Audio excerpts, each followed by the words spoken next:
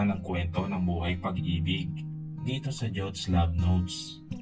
Tito Jots nga pala ang inyong lingkod. Huwag kalimutan na i-follow o i-subscribe ang Jots Love Notes para naman updated ka sa mga kwento na iyong mapapakinggan.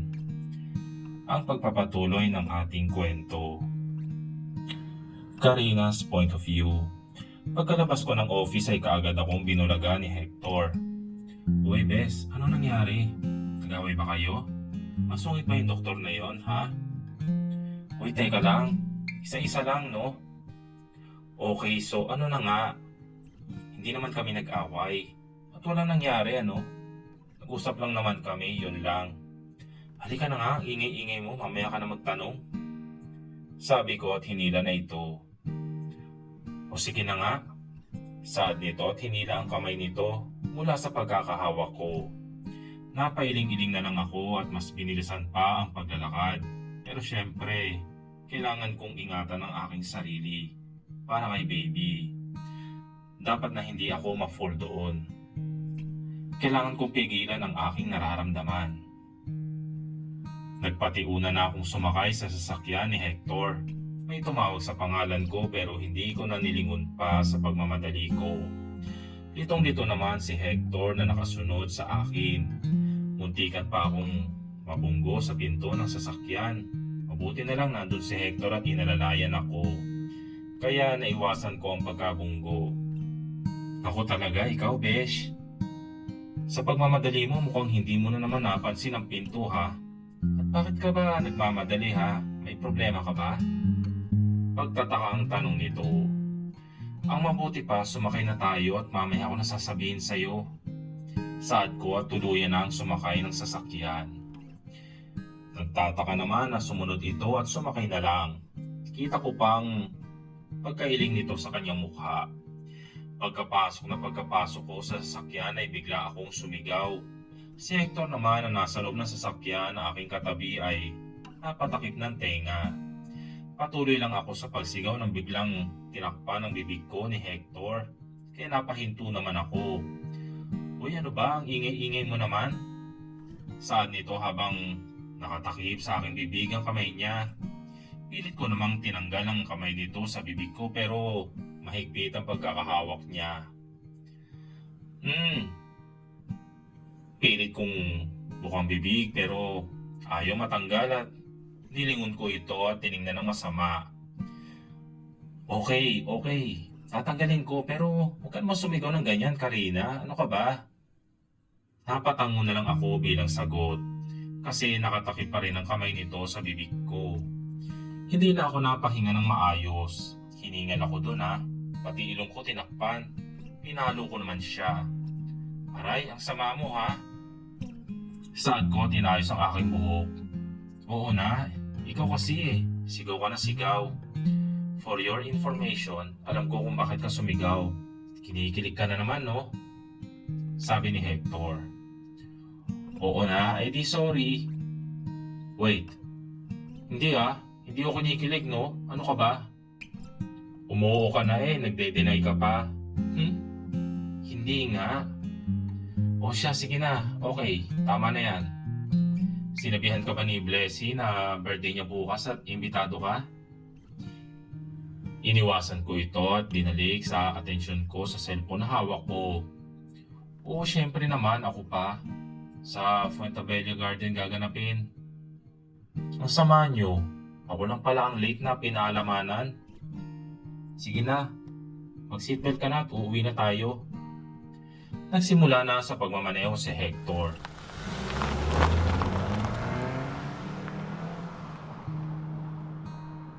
And he is my best friend. Simula nung bata pa kami.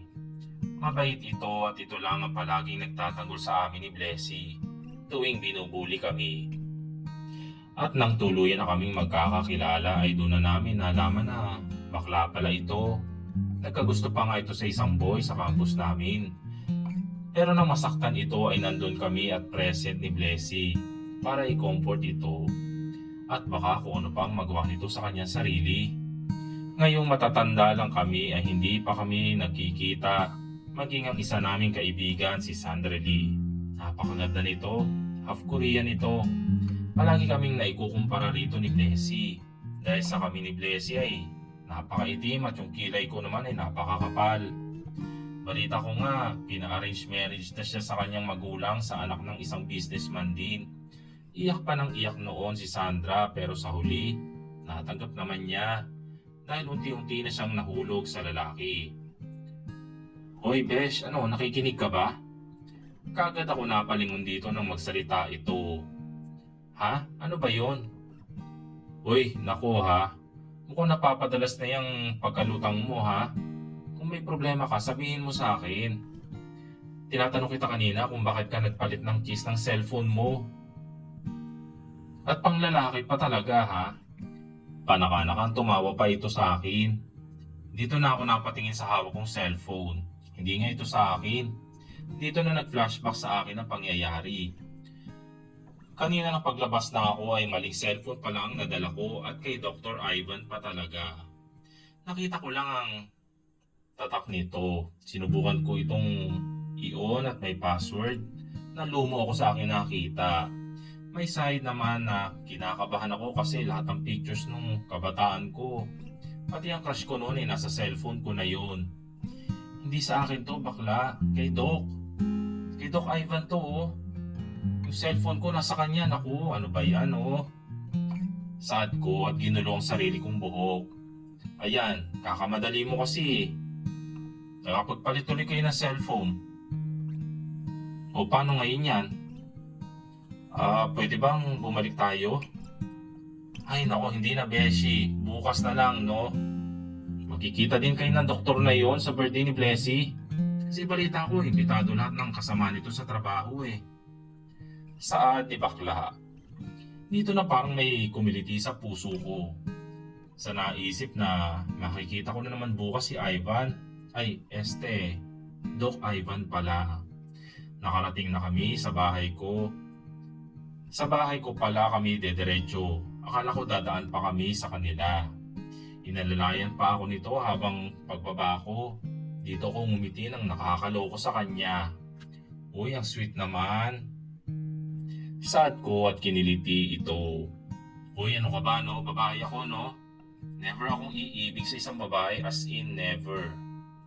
Saan nito nag-cross pa ang kanyang braso? O talaga lang ha? Okay, ikaw ang bahala. Sad ko at inabot rito ang hawak kong cellphone. Yun ay cellphone ni Ivan.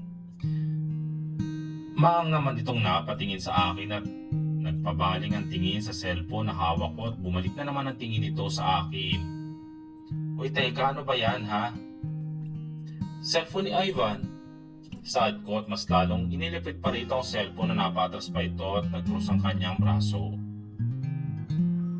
Uy, ayoko no? Sa'yo lang yan. Para naman, maganda naman ang tulog mo no? Kung alam ko lang no? Sad nito at kumindat sa akin bago sumakay sa sasakyan nito. Nagpaalam na ito sa akin at sinang-ayunan ko naman. Inaya ko pa itong magkape pero wag na lang daw. Sinundan ko na lang ng tingin ang papalayo nitong sasakyan. Napabaling ang tingin ko sa hawak kong paring cellphone at napailing na lang. Itutuloy ang susunod na kabanata ng ating kwento.